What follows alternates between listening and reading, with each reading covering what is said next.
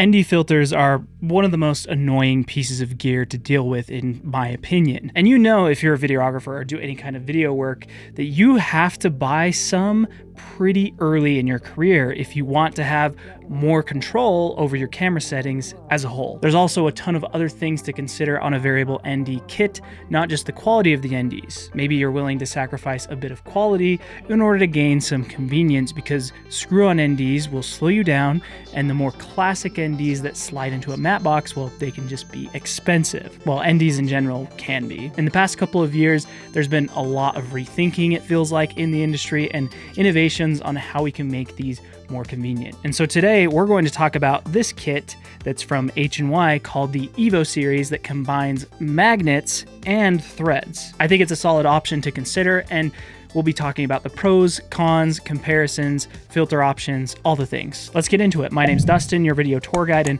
remember to keep your arms and legs inside your chairs at all times. Sit back, relax, and enjoy the video.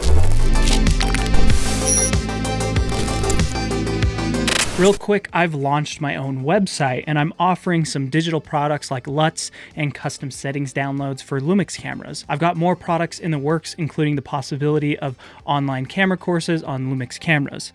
Let me know if that is something that interests you. You can also donate directly to me if you want to support my content, and I will send you a personalized thank you video. I promise. I will get a notification on my phone, and I'll make the video right then from my phone. There's a link in the description if you want to go and check out my website. So this particular kit, it includes 2 step-up rings, a 1:5 variable ND, a 1/4 BlackMist filter, a 1/4 WhiteMist filter, a short 4x cross filter, a blue streak filter, and a cover for the front of the filter if you want to leave it on your camera. Oh, and plus this case. Now, the coolest part about this filter system is that it actually gives you 2 options when it comes to attaching to your lens. Option 1 is the traditional screw-on method, as you can see here, but then option 2 is that the step-up rings that you can get with it are magnetic.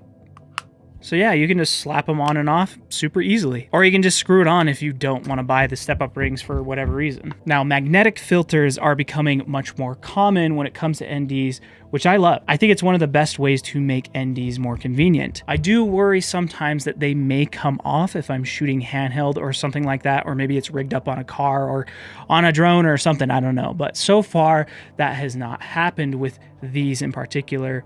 And if you are super worried about it, you can always just screw it on so you know it's secure. Now, the ND that I have here, it goes from 1 stop to 5 stops. It's possible that they've got another one that is going to be 4 or 5 to 9 or something like that. They haven't told me, I don't know that info. Now, I did a comparison of the NiSi True Color filter and the PolarPro Maglock filters in a previous video. So I'm going to do a comparison here again and put them up against the EVO series. Honestly, I don't really want to bore you too much by showing you just like a bunch of comparisons, so just trust me when I say this is what I discovered. All of the filters are consistent across all of their stops when you compare them to themselves. When you compare them against each other though, surprisingly, the EVO Flow actually looks very similar color-wise against the PolarPro.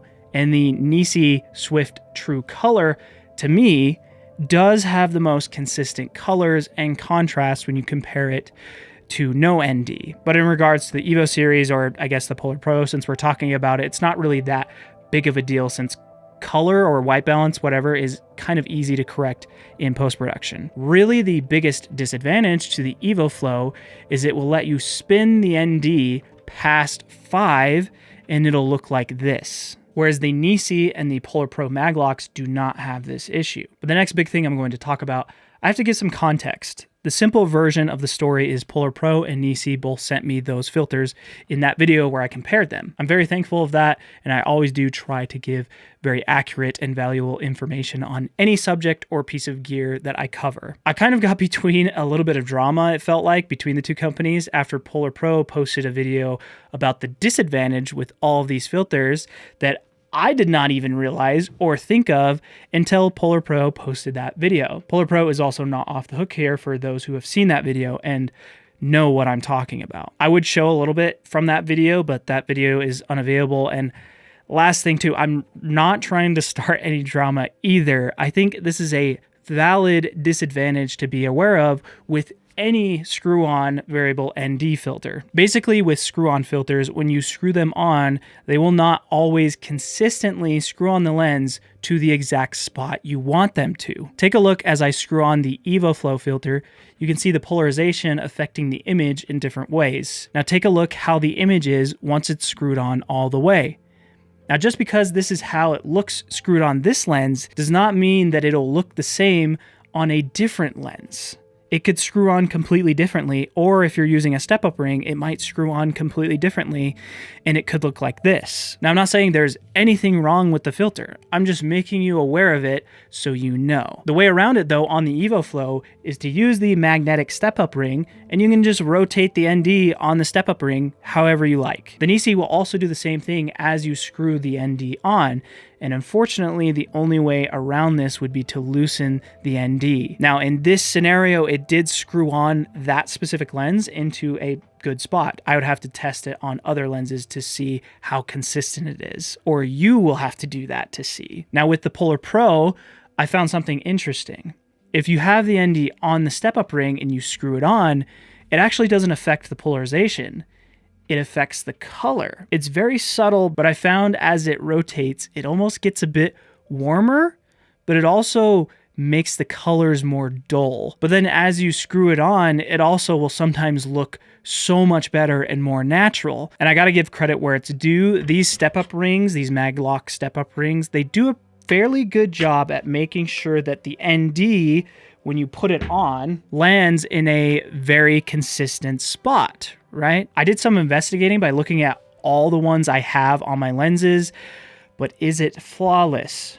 It's not. For example, right here, you can see this little gold bar right here that they don't really land in the same spot always. I'm gonna try and, I'm on a manual focus lens, so I can't zoom in. I'll put some B-roll up. Now, most of the time, they do seem to land in the same spot, even when you have different sizes of lenses. So this is a 67mm one, and even the 82mm one, it did land in the same spot, but on a different one, it didn't. I also tried to make everything consistent by even using the same lenses, and when I had this one that didn't line up, even when I change it to this other lens here, it's in the same spot, just to rule out, oh, is this the lens that's making it inconsistent, or is it this piece right here? And it is this piece right here. So I'm not saying that any of these NDs are a bad choice. I just want you to be aware of this and how to go around it if you notice that your image can be sometimes inconsistent when you're using an ND. I will be doing a follow-up on this again on a video in the future while I will compare all of these NDs to the new K2 Freewell system. Freewell was also nice enough to send me that as well. Anyway, sorry to go off on that tangent. Let's get back to the EVO Flow and these other filter options here. So we've also got a blue streak filter. It's kind of obvious what that does. Basically, it kind of tries to mimic anamorphic flares. I personally think, though, you shouldn't think of the filters as that.